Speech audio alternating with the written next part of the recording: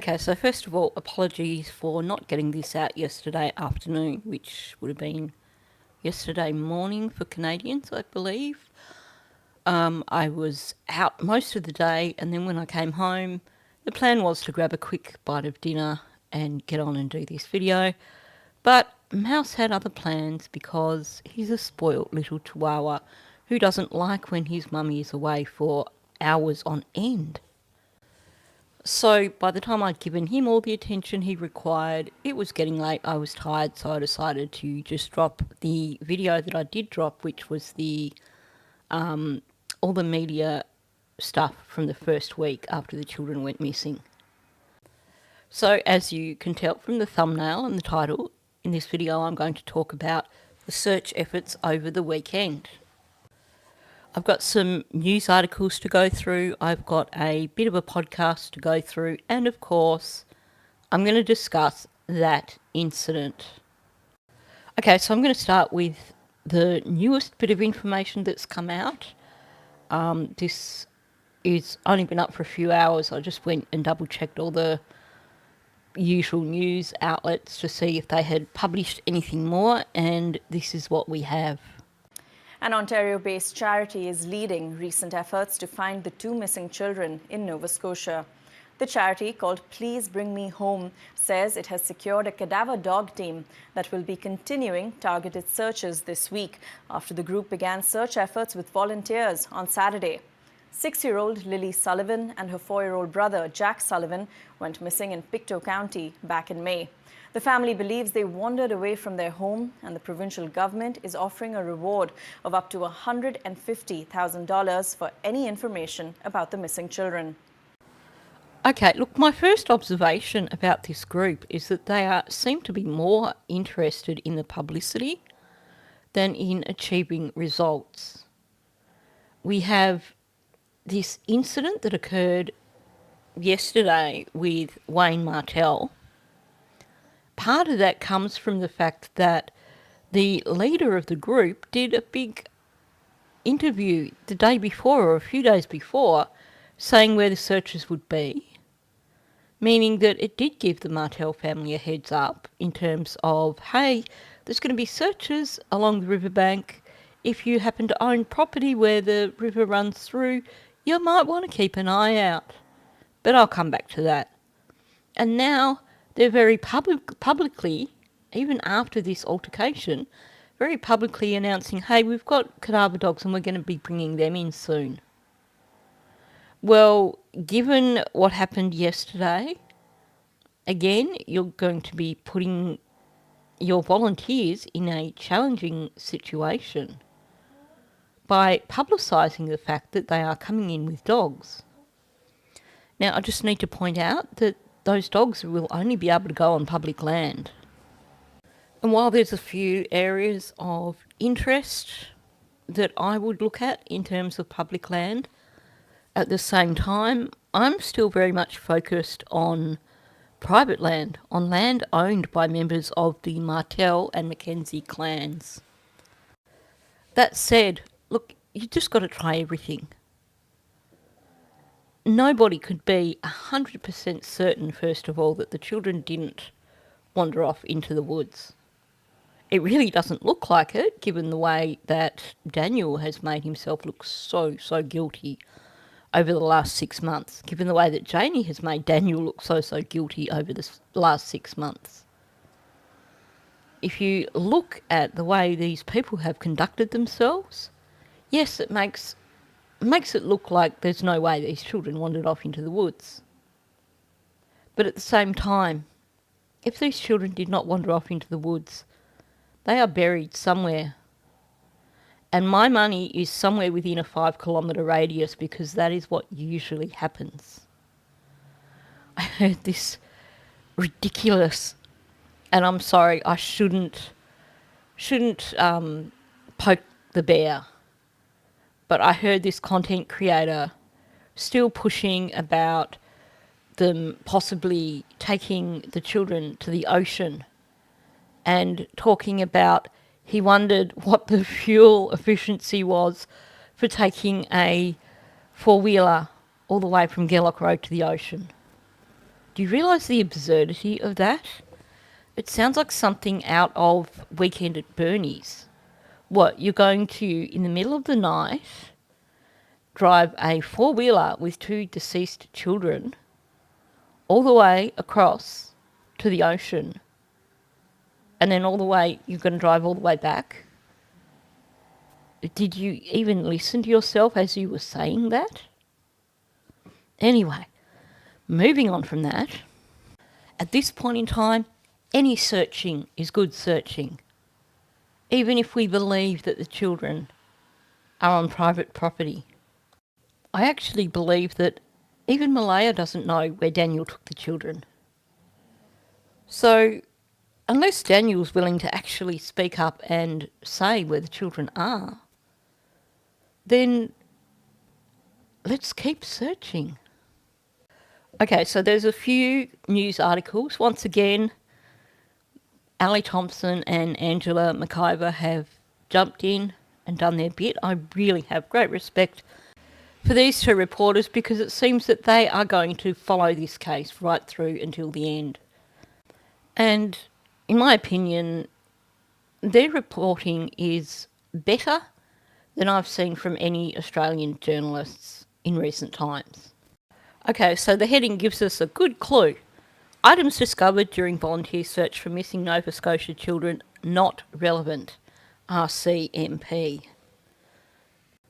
After a gruelling day wading through rushing river waters and climbing through dense woods, some family members of two missing Nova Scotia children were left disappointed that their last-ditch search for the siblings before the snow flies did not result in a breakthrough. Sorry, that just caught me because I've never heard the term before the snow flies. But that makes sense. I'm going to sound very Australian here. I've only seen a real snowstorm once, and it does kind of fly the way, like, proper snowstorm, as opposed to where you're looking at it and going, is that sleet or snow? And then it doesn't settle on the ground. But yeah, snow flies, that kind of makes sense to me. A few items of interest were discovered during the search for Lily Sullivan 6 and Jack Sullivan 5 on Saturday in Lansdowne, Nova Scotia. But RCMP say none of the items hold any relevance to the disappearance. So it seems that nobody found a pull-up or a backpack that Daniel almost predicted that would be found at some point in time. About 30 volunteers descended upon the sparsely populated community to scour for any signs of the siblings who vanished more than 6 months ago. Many had hoped they would find the children. I just want to point out that even if these searches aren't successful, they're a good show of support. They're showing that we're not quitting. They're showing that no matter what people say, no matter how people threaten, Lily and Jack aren't going to be forgotten, and people are not going to quit till they're found. So, it's a show of support, it's a show of strength. So kudos to the people that did get out there. And it looks like the weather wasn't nice. That's not what happened today, said Angeline Maloney Arsenault. Wow, what a long name. A childhood friend of the children's mother. I do feel that we have more questions, especially with finding things throughout the woods. Yes, but we now know those things they found are not connected. I do feel disappointed.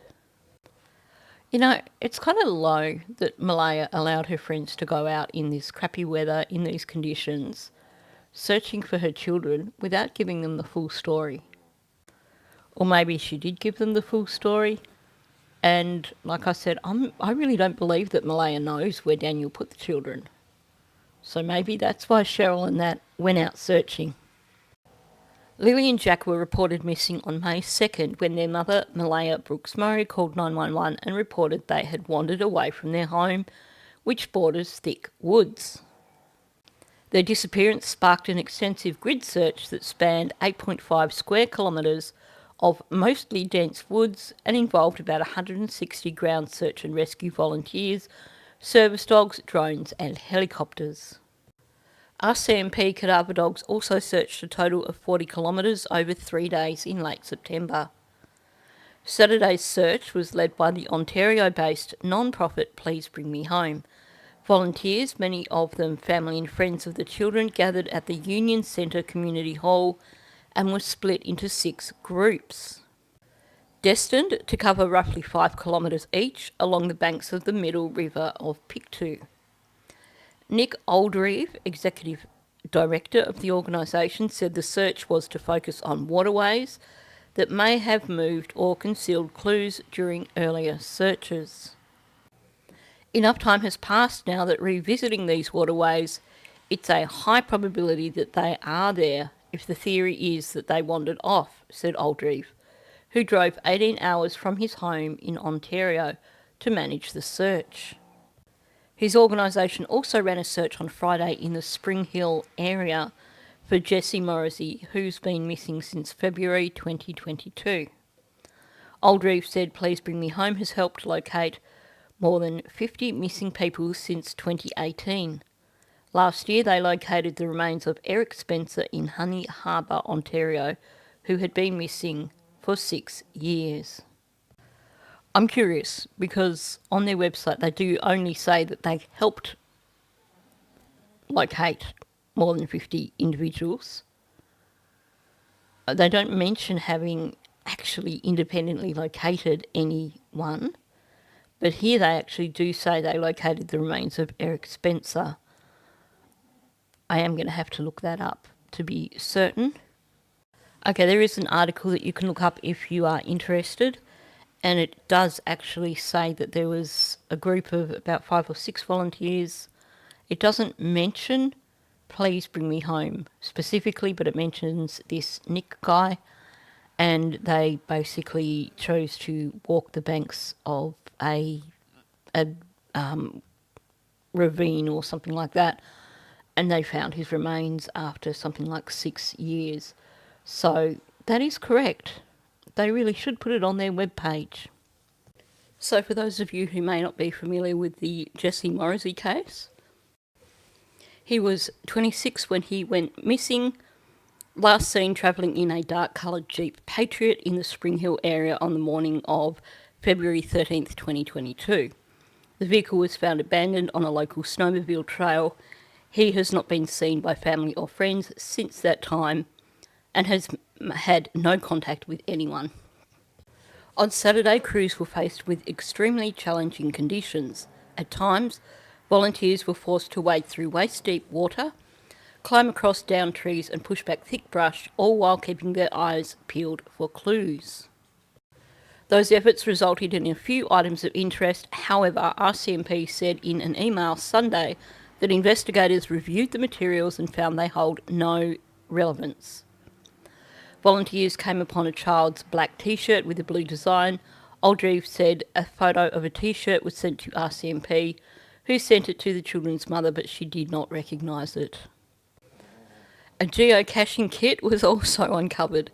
Geocaching involves hiding a container of items such as papers and trinkets and posting the GPS coordinates to an app for other people to find.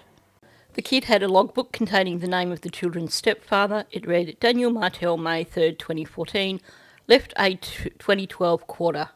Martel and his family have lived in the area for decades. I'm willing to bet that Daniel also participated in that Pokemon trend where people had that app on their phone and they had to find find Pokemon in real life. I can just see him doing that, and I can just see this whole geocaching thing appealing to him also. But that does show us how familiar he is with the area. A blue blanket was also found and a child's bicycle. I just want to say that I would recommend that blue blanket be handed over to RCMP anyway, because there was some discussion early on about a blue blanket. It may just be that it was Belinda getting confused in terms of what they told her was missing or had been found, but there was a discussion about a blue blanket. Maybe totally irrelevant, maybe not, who knows. Searchers also visited the area where a drone detected 2 heat sources around 11:30pm on May 2nd. In an email last week, RCMP said the signatures were investigated on foot by an RCMP officer and determined they were not relevant.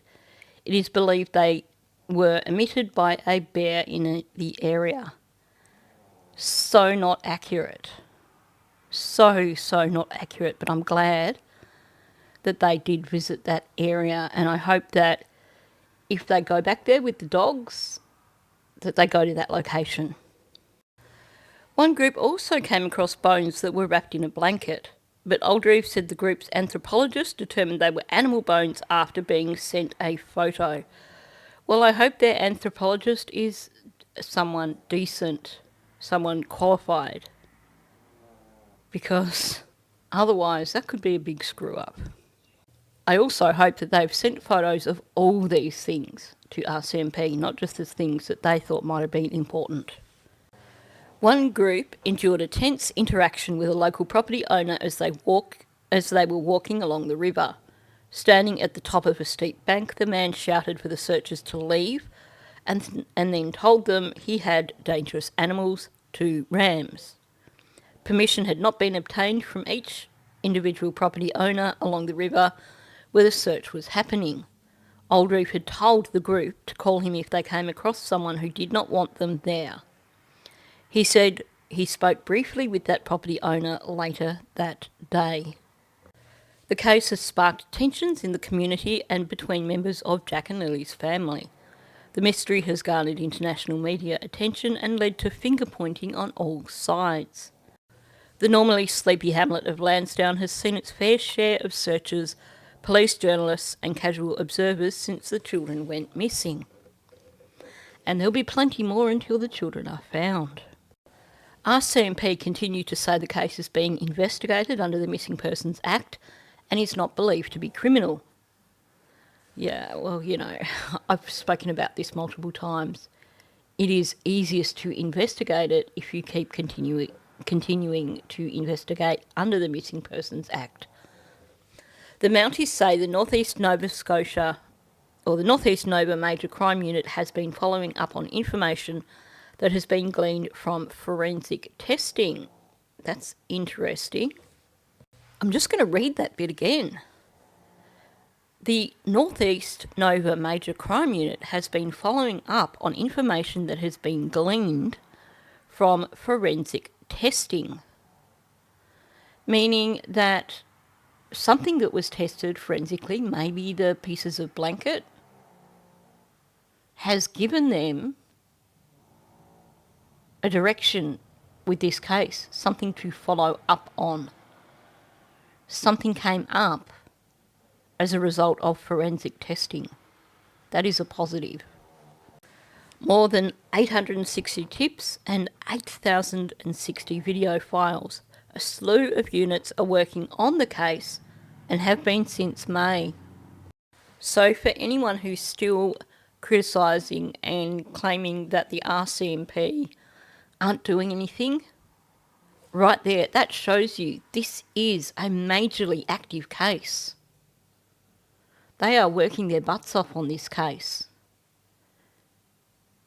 which means that they are working their butts off on getting a criminal conviction against somebody. But Belinda Gray, the children's paternal grandmother, is getting impatient. Gray said she was a little apprehensive after Saturday's search. Through tears, Gray said she still believes the children are in the woods. Honestly, Belinda, Chelsea, if either of you are listening, I would do anything in my power to help you find those babies. And I'm not quitting until they're found. I know they're out there, said Gray, whose daughter was helping with the search. Aldreeve said, based on what he's now seen on the ground, including the many orange and pink ribbons marking off areas that were already searched, and after speaking with authorities, family and locals, he's having a hard time believing they wandered into the woods. none of us believe they wandered into the woods, and I will clarify that I'm pretty certain that's not what Belinda believes either.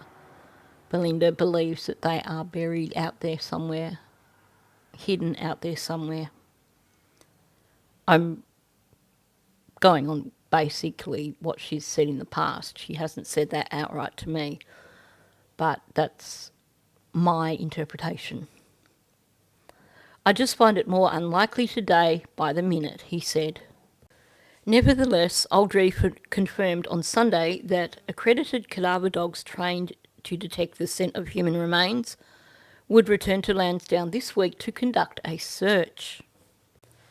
Cheryl Robinson, a family friend of Lily and Jack, led a team of searchers on Saturday.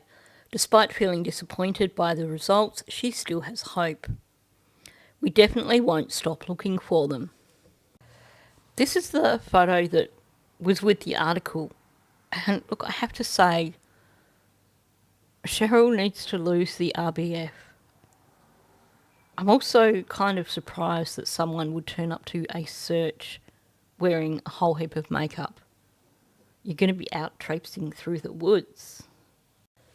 I would actually like to see a decent content creator give Cheryl a chance to speak, to actually give her a voice where she's not going to be verbally attacked by Logan Mackenzie, so she can share her perspective on all this.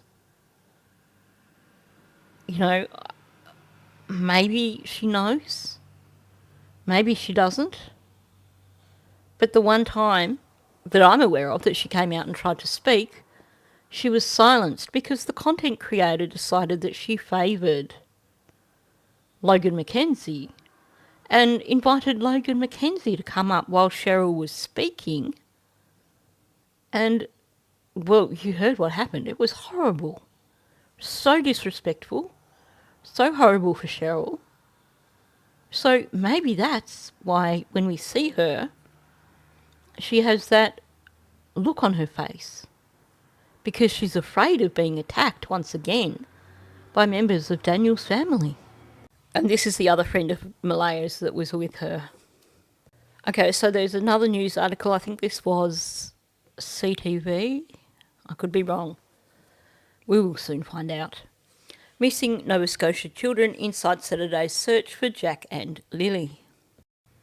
Okay, I was right the first time, CTV. I'm just going to skip the first two paragraphs because it's just the same old recap on a chilly Saturday in November, all that sort of stuff, and then saying they've been missing since May 2nd.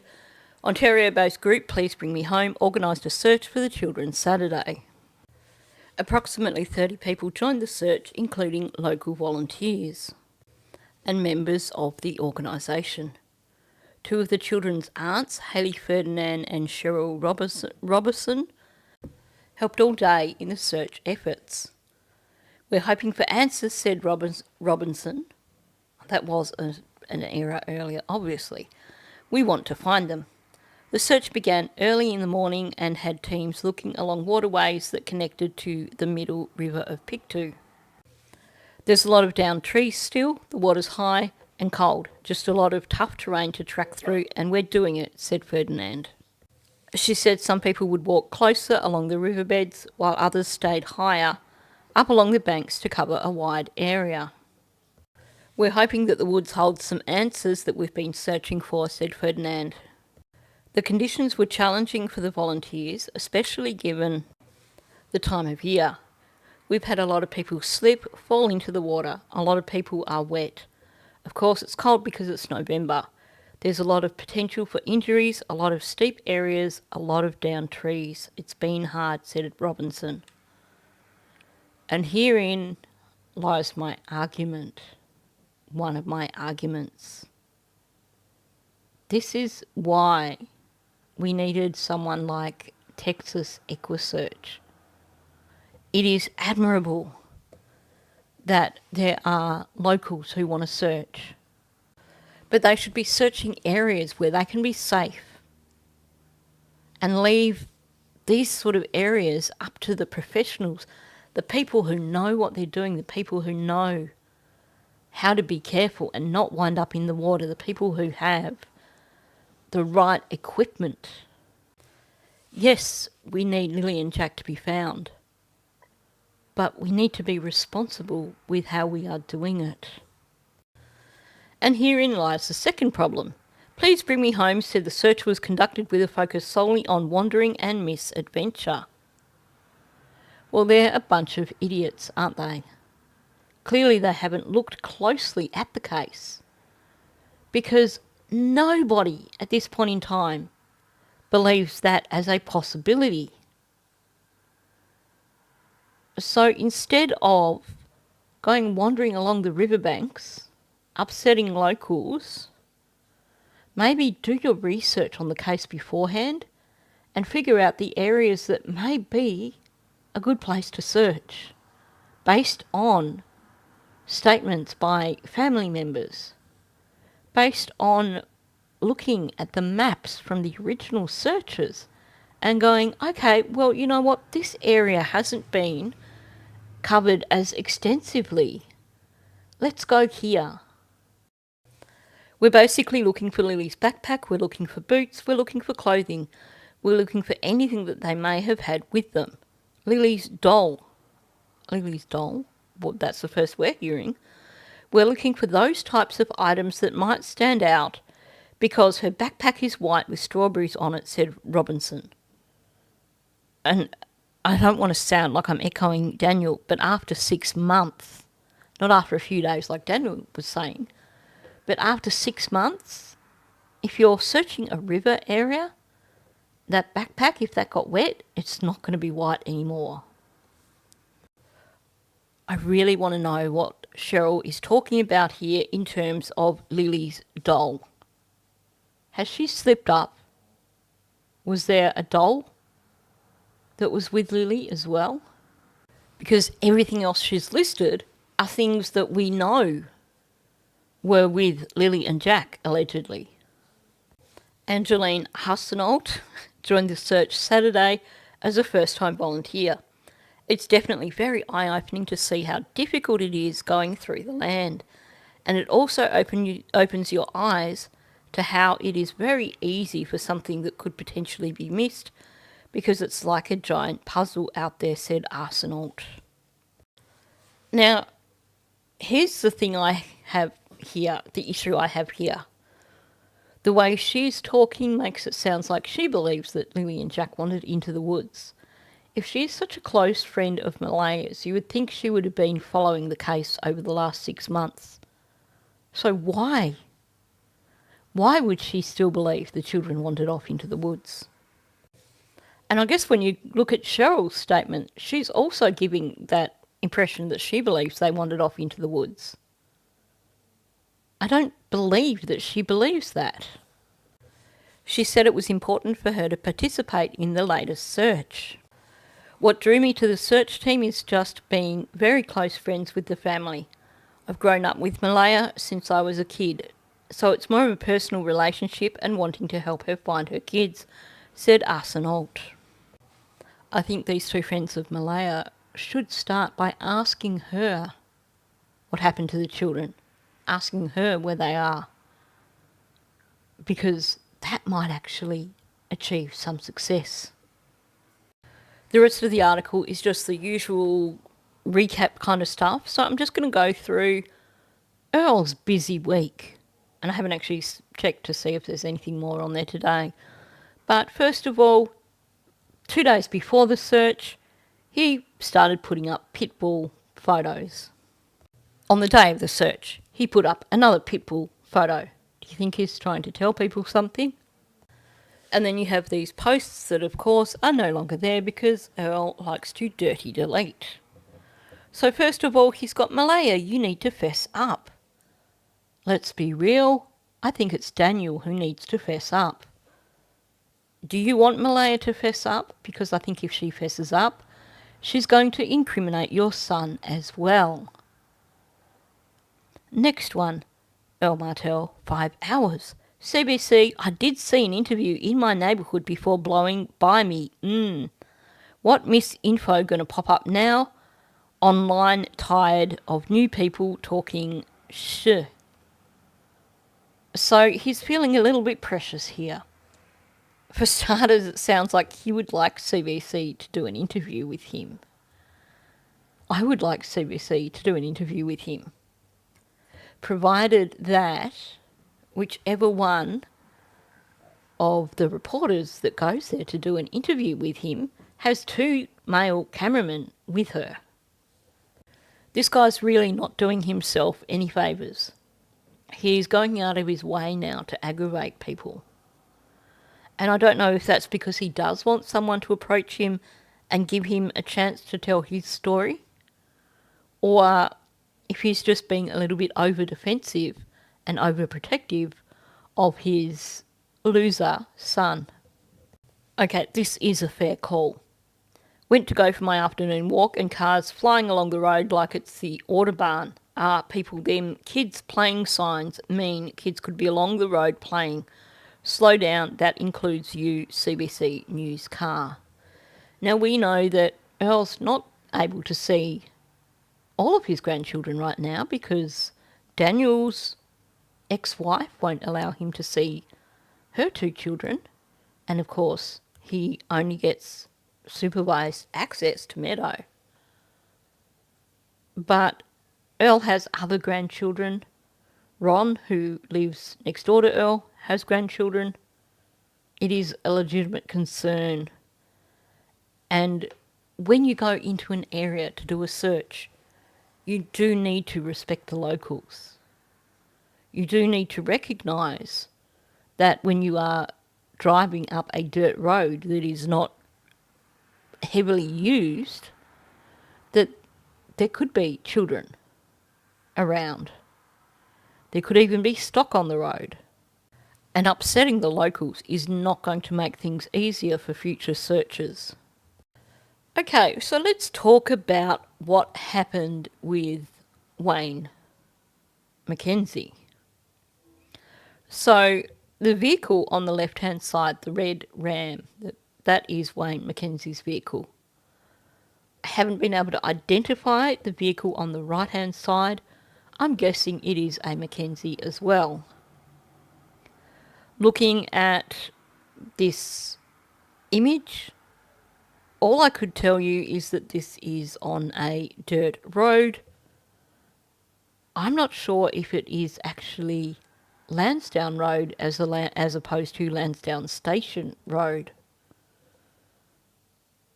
But then given that it is Wayne Mackenzie, I'm thinking must be possibly on Lansdowne Station Road, and I just haven't been able to identify that location. As you can see, this image was shared on It's a Crime and Shame. Someone sent this image to Sunny, I believe. So this is Wayne Mackenzie and someone else blocking the road to prevent searchers from driving through. I do want to point out though, we don't know if this occurred before or after the altercation on the riverbank, and that's important in my opinion. Now, I haven't previously shared the location of Wayne Mackenzie's property because I didn't feel the need to. But I am going to share now because, as you can see, there is actually quite a stretch of that river running through Wayne Mackenzie's property. So we heard, or we saw in the article, that permission had not been obtained from each individual property owner for searchers to go along the river. And that is important. Apparently this Nick guy said to the searchers, "Oh, just let me know if you've got problems with a landowner."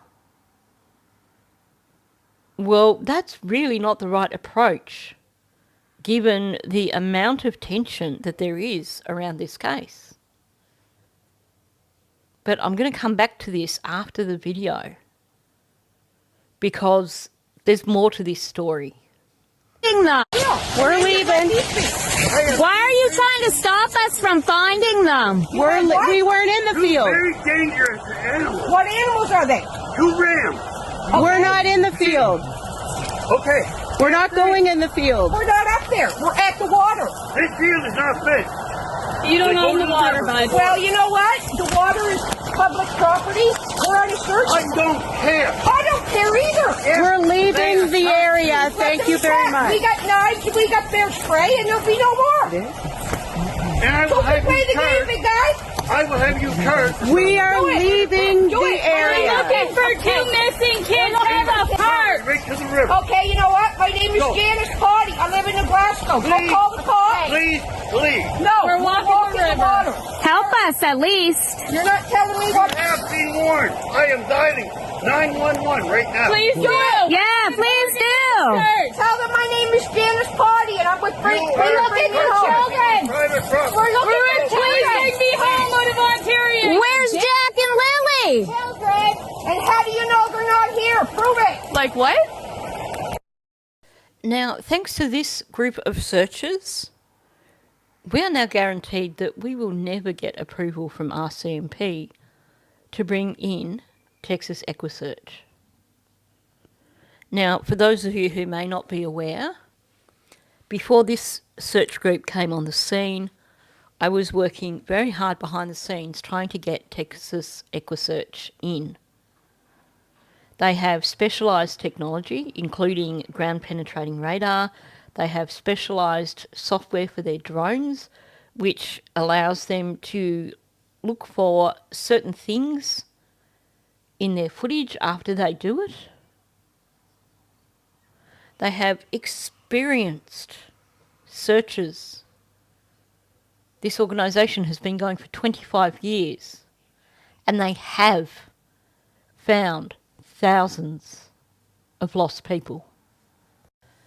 They are a non-profit organisation, but they are professional in their approach.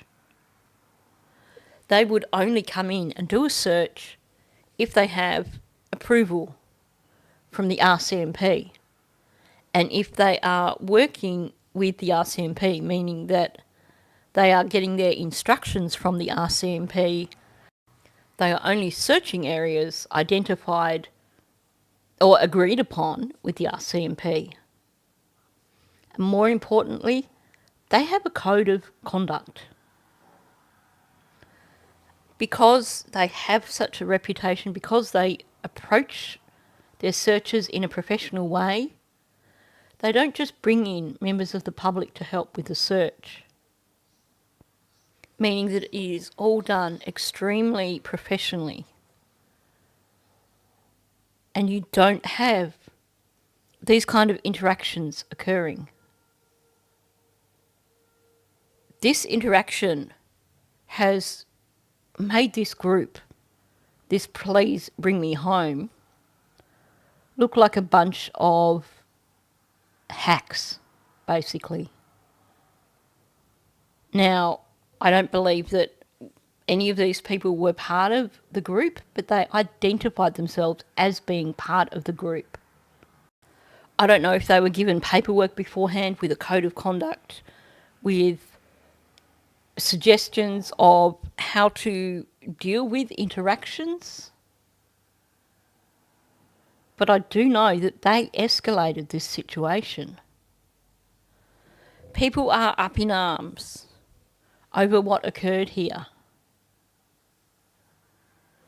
But these people did not do anything to resolve this situation here. They were on his land. Yes, they were on the waterway,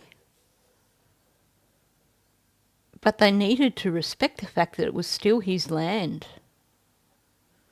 If someone suddenly rocked up in your backyard and said they were looking for their missing bird, how would you approach that?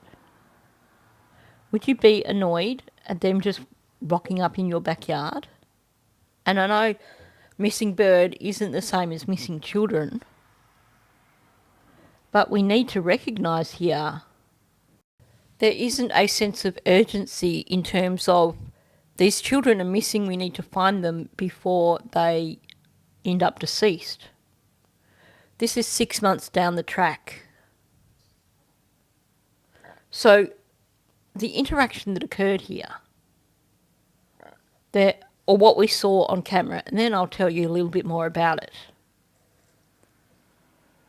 We heard Wayne Mackenzie telling them they can't be there. He said he had dangerous animals in the paddock. They challenged him, what are the dangerous animals? He said 2 rams. He said this is a no-go zone. That is fair enough. If I had 2 rams in a paddock, I wouldn't want searchers wandering into that paddock and getting attacked by a ram. I don't know about you, but I'm not a fan of rams. I've seen how very quickly they can charge at someone. Had he not warned them that there were rams in his paddock? It's a shady area. They were trespassing, but there was no signage saying, beware of dangerous animals. So they could still sue him if they were injured by these rams. However, by him coming and saying, there are rams here that are dangerous, you need to leave, then that absolves him of any legal responsibility. Now, they could have been nice about the situation, but instead they escalated the situation. He said specifically the field was off base, meaning you can't come into this field because I have 2 rams in here that are dangerous. Now, instead of acknowledging that, instead of being nice about it, you get this yelling match. And this woman says, the water is public property, bud. Throwing bud on the end was intended to aggravate. Now, to me, it didn't look like they were right on the riverbank. We didn't see any water in the actual video footage.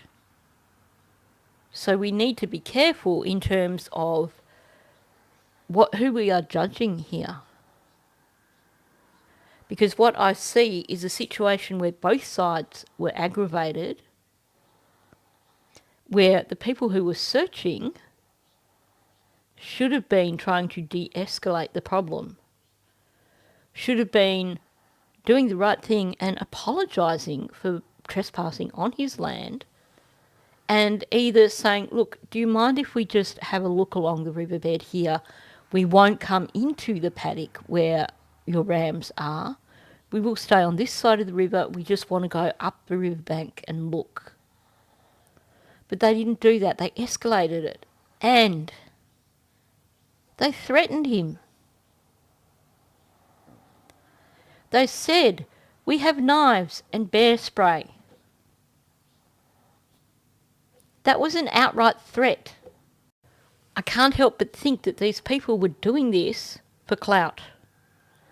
That they were doing this to create a video to share with content creators. Now, the version that I have comes from Daphne's Case Files. I did see a version on TikTok. I believe there is a version on Clutch Them Pearls. There is also a version on It's a Criming Shame. There's probably versions all over the place. I don't know whether the original was sent to Daphne or whether it was posted on TikTok and Daphne got it off TikTok. She hasn't said. However, these people knew this video would go viral. And they played up to it, in my opinion. They did not act in an ethical manner. If you want to find these children, then you need to be respectful of the people whose property you are on. because next time someone goes into search, these people are immediately going to get their heckles up. This is why I said that I would like to know if that photo with them blocking the road was taken before or after this altercation. Because if it was taken after the altercation and these vehicles were blocking off McLeod Road, for example, then even though they were doing the wrong thing, I could understand why they did it.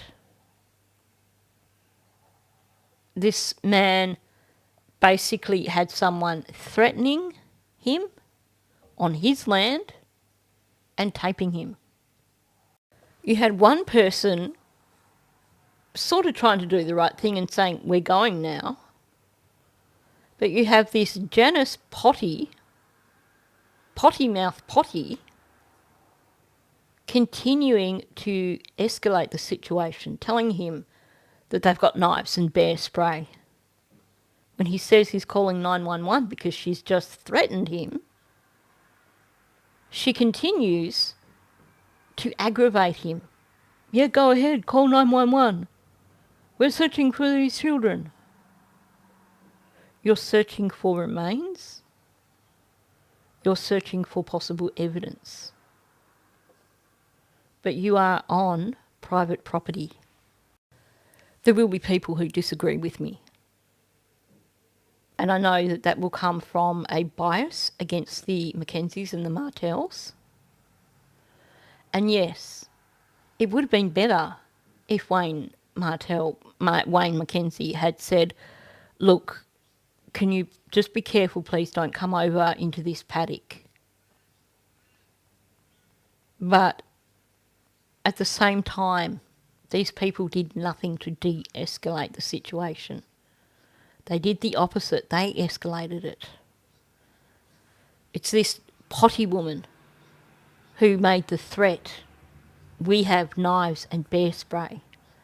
It's this potty woman who, when he said, I'm calling 911, turned it into a challenge.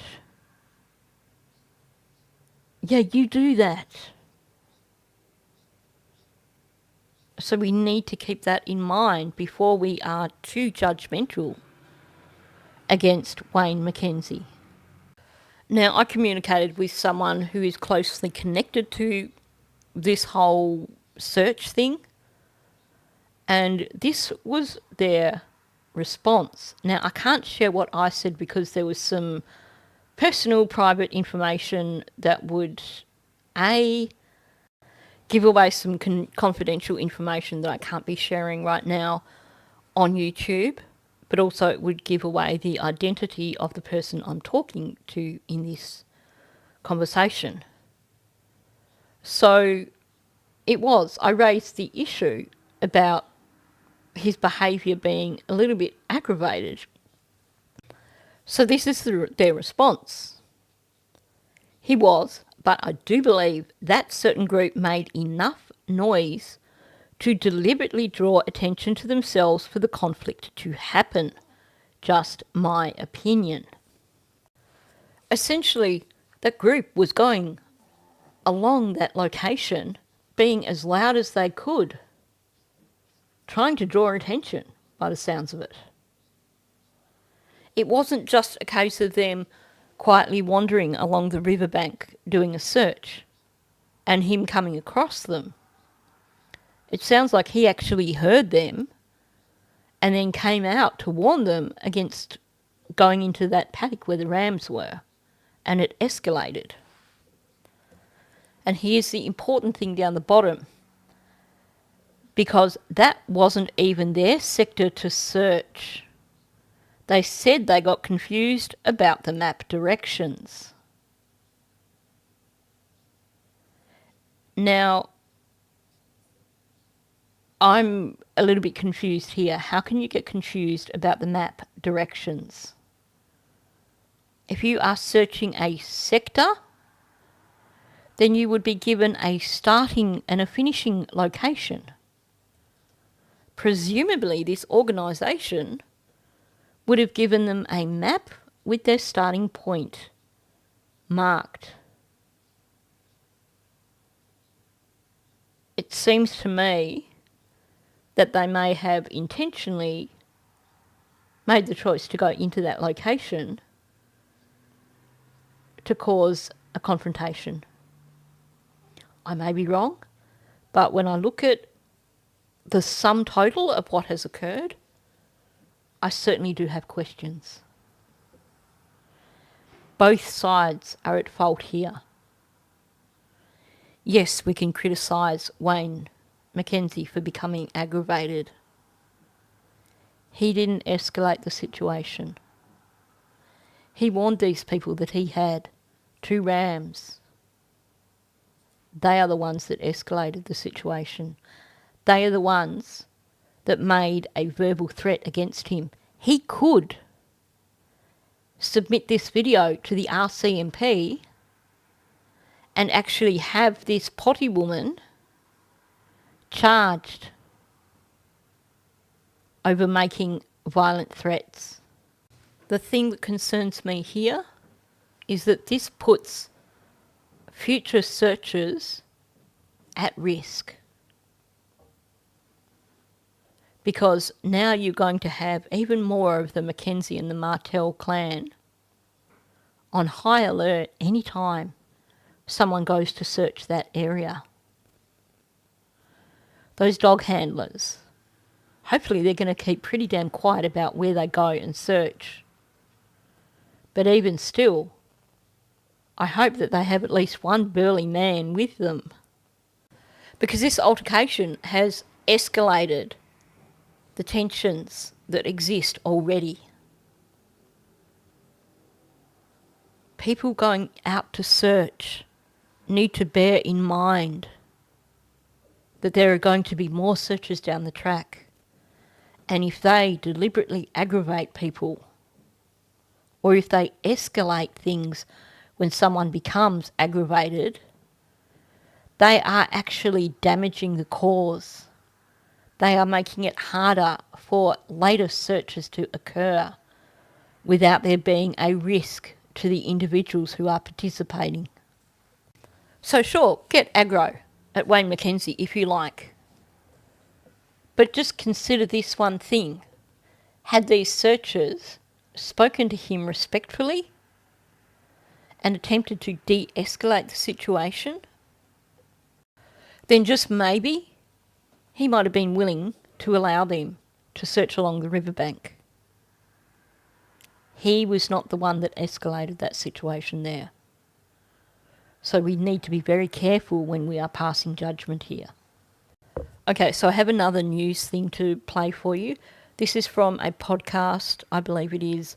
It's a news story thing called Your World Tonight that is done by CBC. So it has a number of stories that they cover, and one of the stories that they covered was this search. So let's have a listen to that. I know we have a long winter to get through, and we're not going to be able to search. I know they're out there. Still gone, but not forgotten. A new search in Nova Scotia today for 2 children missing now for 6 months. Welcome to Your World Tonight. I'm Karen Howerlock.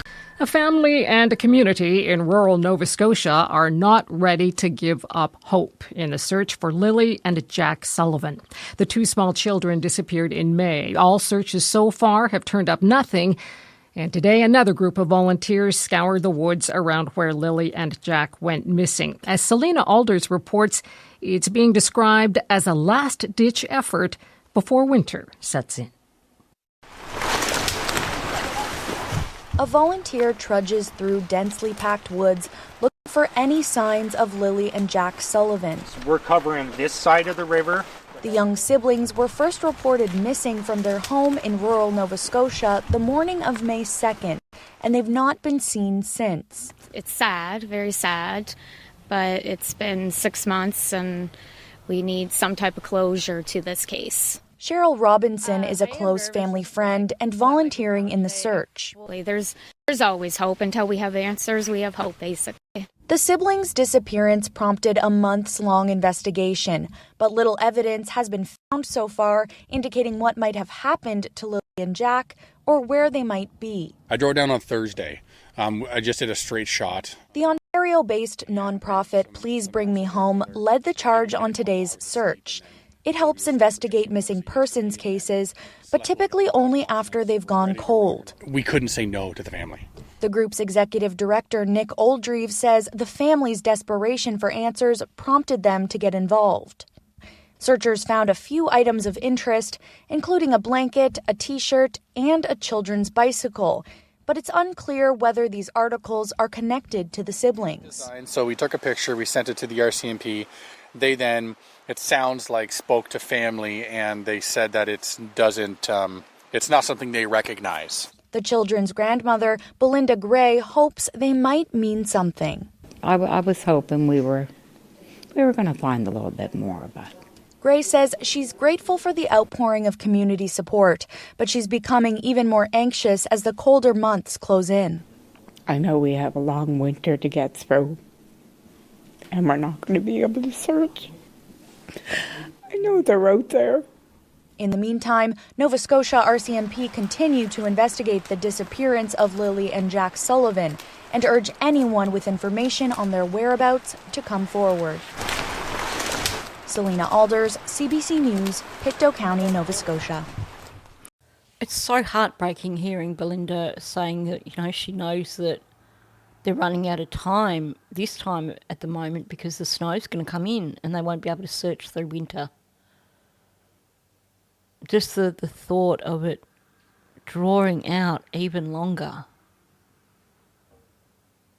I just hope that it doesn't take all of winter for RCMP to be able to make charges, to be able to haul someone in on charges relating to the disappearance of these children. Because just maybe, then that person will speak and maybe we won't have to wait throughout the entire winter for answers. I have to say, it sounded like it was raining. It must have been horrible conditions for them. So kudos to all the people that went out there, because it couldn't have been a pleasant day, that's for sure. I find it interesting that Cheryl has used the same line that we've heard from so many other people connected to this case. There's always hope. Do you mean there's always hope that you are going to find their remains? Because we know they were not abducted. And if you've been paying any attention to what's been said over the last 6 months, you know these children are deceased.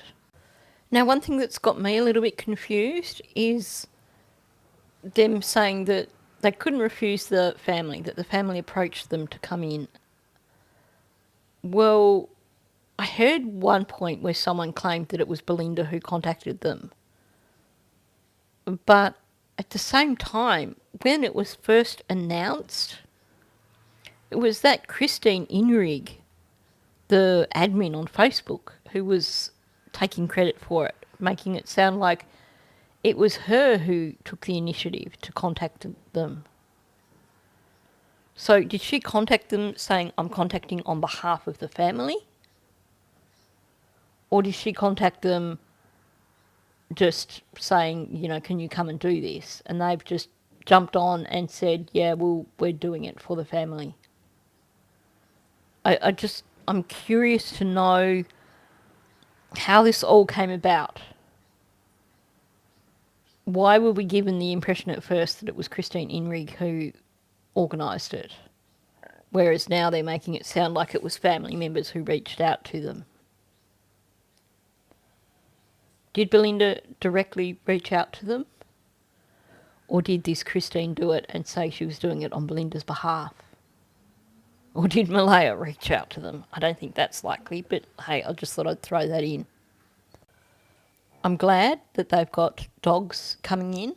I hope that they don't decide to use it as a publicity stunt and announce beforehand when they're going in and where they're going, because it seems like they're very, very keen to toot their own horn. Thing is, when you have Texas EquiSearch go in, they don't tell you when they're going. They don't tell you where they're going.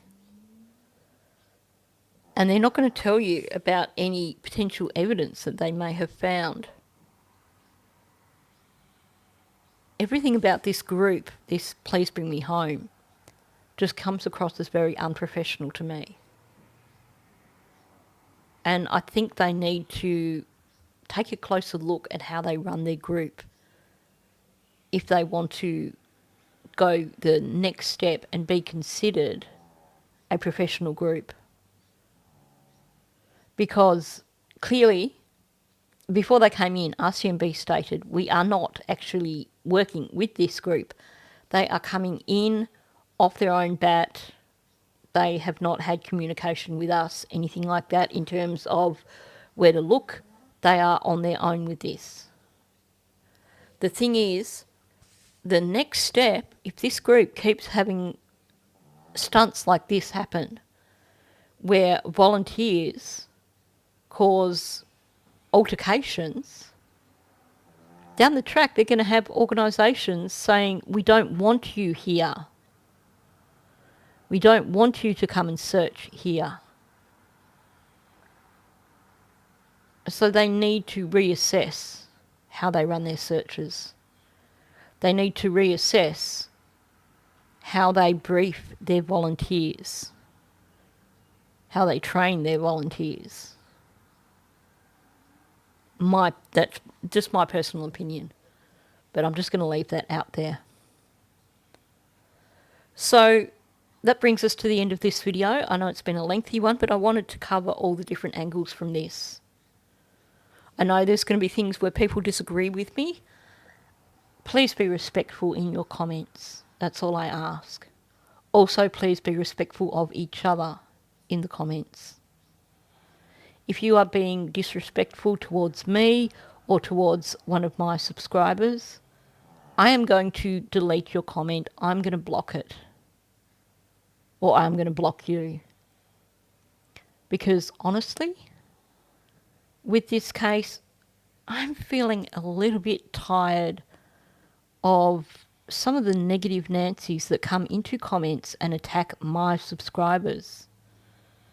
This is a community that is normally a really lovely community where people chat with each other, share ideas, respect each other's opinions. But then you get one or two people who come in and cause trouble. One or two people who come in and attack people, and I don't want to see that. So I'm drawing the line today, and I'm going to start blocking people if they are being aggressive or rude towards my subscribers. Sorry, I just wanted to get that out there. So thanks for listening. If you are new to my channel, please do subscribe. My goal is to try and reach 7,000 subscribers by the end of the year.